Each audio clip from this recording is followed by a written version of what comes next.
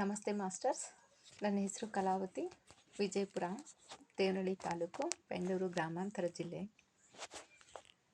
ಬ್ರಹ್ಮರ್ಷಿ ಸುಭಾಷ್ ಪತ್ರಿಜಿ ಗುರುಗಳಿಗೆ, ಸ್ವರ್ಣಮಾಲಾ ಅಮ್ಮನವರಿಗೆ, ಅಯ್ಯಪ್ಪ ಸರ್ ಹಾಗೂ ಅನಿತಾ ಮೇಡಮ್ರವರಿಗೆ, ಎಲ್ಲ ಪಿರಮಿಡ್ ಮಾಸ್ಟರ್ಗಳಿಗೆ ಹಾಗೂ ಹಿನ್ಯಾಂಗ್ ಕಾಲೇಜಿನ ಎಲ್ಲ ಲೀಡರ್ಸ್ಗಳಿಗೆ ನನ್ನ ಆತ್ಮಪೂರ್ವಕವಾದಂಥ ಪ್ರಣಾಮಗಳನ್ನು ಅರ್ಪಿಸ್ತಾ ಇದ್ದೇನೆ ಮಾಸ್ಟರ್ಸ್.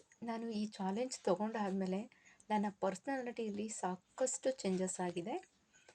ನಾನು ಧ್ಯಾನಕ್ಕೆ ಬಂದು ಸುಮಾರು 1 ವರ್ಷ ಆಗಿದೆ ಮಾಸ್ಟರ್ಸ್. ನಾನು ನೇರವಾಗಿ ಪತ್ರಿಜಿ ಗುರುಗಳನ್ನು ನೋಡಿರಲಿಲ್ಲ. ಹಾಗಾಗಿ ನಾನು ನೇರವಾಗಿ ಪತ್ರಿಜಿ ಗುರುಗಳನ್ನು ನೋಡಿರಲಿಲ್ವಲ್ಲ ಅಂತಕ್ಕಂಥ ಒಂದು ಫೀಲು ನನಗೆ ಸದಾ ಕಾಡ್ತಿತ್ತದು. ಒಂದು ಸಲ ನಾವು ಈ ಚಾಲೆಂಜ್ ತೊಗೊಂಡಾದ್ಮೇಲೆ ಒಂದು ಸಲ ನಾವು ಭಾನು ಅಕ್ಕ ಅವ್ರ ಮನೆಯಲ್ಲಿ ಒಂದು ಸತ್ಸಂಗ ಕಾರ್ಯಕ್ರಮದಲ್ಲಿ ಭಾಗವಹಿಸಿದ್ವಿ. ಅಲ್ಲಿ ಹೈದರಾಬಾದಿಂದ Mitte Manohar sir, great pyramid master ಅವರು ಭಾಗವಹಿಸಿದರು. ಆ ಒಂದು ಸತ್ಸಂಗ ಮುಗಿದಾದ ನಂತರ ಅವ್ರ ಮನೆಯಲ್ಲಿ ಹೀಗೆ ಕೂತಿರುವಂಥ ಸಂದರ್ಭದಲ್ಲಿ ಮನೋಹರ್ ಸರ್ ಸಾಂಗ್ಸ್ ಎಲ್ಲ ಹಾಡಿ ಅಂತ ಹೇಳಿ ಅವರು ಕಣ್ಣು ಮುಚ್ಕೊಂಡು ಕೂತ್ಕೊಂಡು ಸಾಂಗ್ಸ್ ಎಲ್ಲ ಕೇಳ್ತಾ ಇದ್ರು. ಆ ಸಂದರ್ಭದಲ್ಲಿ ಅವರಲ್ಲಿ ಪತ್ರಿಜಿ ಗುರುಗಳು ಆವಾಹನೆಯಾದರು.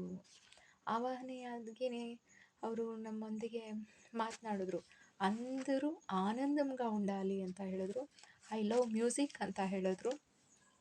ಮತ್ತು ಎಲ್ಲರಿಗೂ ಶೇಕ್ ಹ್ಯಾಂಡ್ ಮಾಡಿದ್ರು, ಸೆಲ್ಫಿ ತೊಗೊಳ್ಳಿ ಅಂತ ಹೇಳಿದ್ರು. ಹಾಗಾಗಿ ನಾನು ಭಾಳ ಆನಂದ ಆಗೋಯಿತು. ನಮಗೆ ಪೂರ್ಣ ಆಯಿತು. ನಾವು ಗುರುಗಳನ್ನು ನೋಡಿದ್ವಿ, ಅವರು ನಮ್ಮೊಂದಿಗೆ ಮಾತನಾಡಿದ್ರು ಅಂತಕ್ಕಂಥದ್ದು. ಇದು ಒಂದು ನನ್ನ ಗ್ರೇಟ್ ಎಕ್ಸ್ಪೀರಿಯೆನ್ಸ್ ಮಾಸ್ಟರ್ಸ್. ನಂತರ ಎಲ್ಲೋ ದೂರದಲ್ಲಿ ಸಸ್ಯಾಹಾರಿ ರ್ಯಾಲಿಗಳಲ್ಲಿ ನಡೀತಾ ಇದೆ ಅಂತಂದಾಗ ನನಗೆ ಮನಸ್ಸಲ್ಲಿ ಎಲ್ಲೋ ಒಂದು ಕಡೆ ಫೀಲ್ ಆಗ್ತಿತ್ತು. ದೂರದಲ್ಲಿ ನಡೀತಾ ಇದೆಯಲ್ಲ, ನಾವಲ್ಲಿ ಹೋಗೋಕ್ಕಾಗಲ್ವಲ್ಲ ಅಂತ ಅಂದ್ಕೊಳ್ತಿದ್ವಿ. ಈ ಚಾಲೆಂಜ್ ತೊಗೊಂಡಾದ್ಮೇಲೆ ನಮ್ಮ ಮನೆ ಪಕ್ಕದಲ್ಲೇ ಒಂದು ಸಸ್ಯಾಹಾರಿ ರ್ಯಾಲಿ ನಡೀತು ವಿಜಯಪುರದಲ್ಲಿ ಮಾಸ್ಟರ್ಸ್. ತುಂಬ ಅದ್ಭುತವಾಗಿ ನಡೀತು. ನಾವೆಲ್ಲ ಅದರಲ್ಲಿ ಭಾಳ ಅತ್ಯುತ್ತಮ ರೀತಿಯಲ್ಲಿ ಪಾಲ್ಗೊಂಡ್ವಿ. ಅದು ಕೂಡ ಪರಿಪೂರ್ಣ ಆಯಿತು.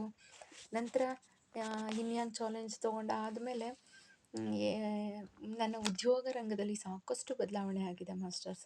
ಮೊದಲೆಲ್ಲ ಉದ್ಯೋಗ ರಂಗದಲ್ಲಿ ಸಾಮಾಜಿಕವಾಗಿ, ಕೌಟುಂಬಿಕವಾಗಿ ಭಾಳ ಸಮಸ್ಯೆಗಳಿತ್ತು.